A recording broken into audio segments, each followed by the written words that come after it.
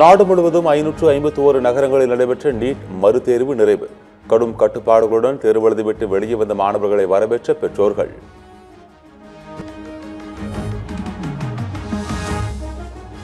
திருவள்ளூர் அருகே ஈரால் பதப்படுத்தும் தொழிற்சாலையில் அமோனியா வாயு கசிவால் விபரீதம்.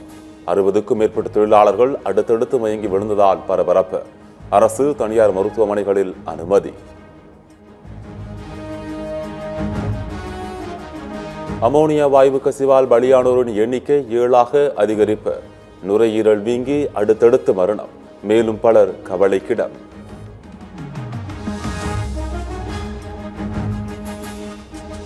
அமோனியா வாயு கசிவு சம்பவத்தில் பலர் இறந்தது மிகுந்த துயரம் அளிக்கிறது. உயிரிழந்தவர்களின் குடும்பத்தினருக்கு ஆளுநர் அருளேகர் ஆறுதல்.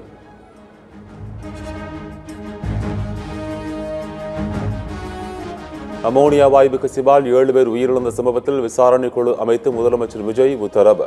24 மணி நேரத்தில் இடைக்கால அறிக்கையும் 3 நாட்களில் இறுதி அறிக்கையும் அளிக்க ஆணை.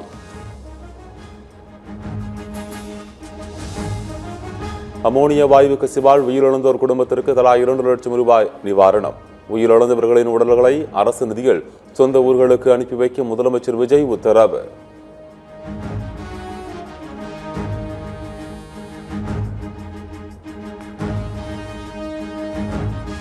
அமோனியாவை அதிக அளவில் சுவாசித்ததால் மூச்சு குழாய், தொண்டை மற்றும் நுரையீரலில் கடும் காயங்களை ஏற்படுத்தியதால் மரணம். சுவாச பாதை வீங்கி ஆக்சிஜன் பற்றாக்குறை ஏற்பட்டு ஒவ்வொரு உறுப்பாக செயலிழந்ததாக முதற்கட்ட விசாரணையில் தகவல்.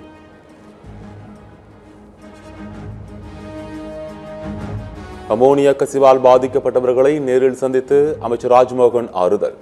வாயு கசிவால் பாதிக்கப்பட்டவர்கள் ஒடிசா, வடகிழக்கு மாநிலங்களைச் சேர்ந்தவர்கள் என பேட்டி.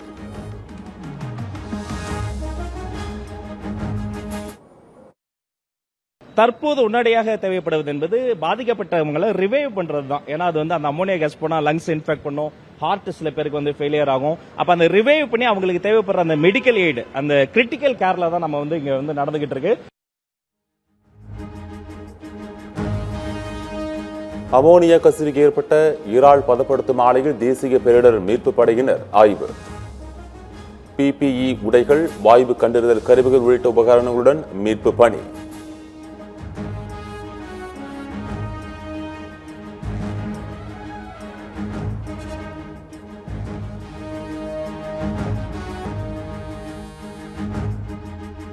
அமெரிக்க அதிபர் டிரம்ப், இத்தாலி பிரதமர் மெலோனி இடையே தொடரும் வார்த்தை போர். தனது செல்வாக்கு உயர்த்திக் கொள்ள தன்னுடன் புகைப்படம் எடுக்க மெலோனி கெஞ்சியதாக மீண்டும் வம்பிழுத்த டிரம்ப்.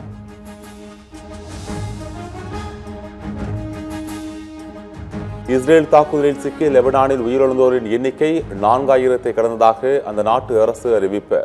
கடந்த 48 மணி நேரத்தில் மட்டும் சுமார் 100 பேர் பலியானதாக அதிர்ச்சி தகவல். பெங்களூருவின் நாகச்சந்திரா மெட்ரோ ரயில் நிலைய வளாகத்தில் தீ விபத்து. பெயர் பலகை பற்றி எரிந்ததால் மெட்ரோ ரயில் நிலையத்தில் புகை மூட்டம்.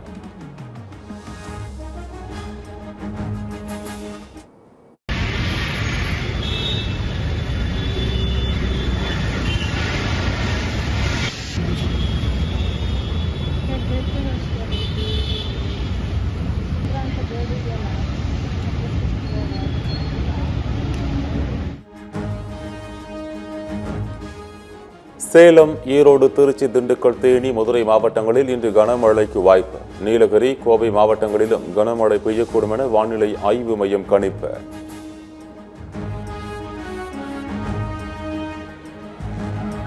கோவை, நீலகிரி, திண்டுக்கல், தேனி, சிவகங்கை மாவட்டங்களில் நாளை கனமழை பெய்யக்கூடும். வானிலை ஆய்வு மையம் தகவல்.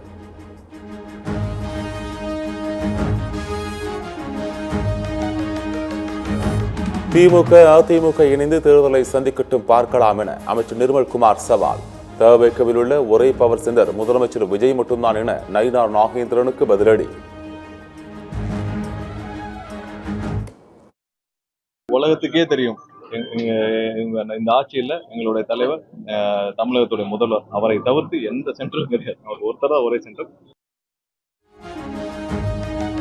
தூய்மை பணியை தனியார் மயமாக்கும் முயற்சியை தமிழ்நாடு அரசு கைவிட வேண்டும். இந்திய கம்யூனிஸ்ட் கட்சியின் மாநில செயலாளர் மு. வீரபாண்டியன் வலியுறுத்தல்.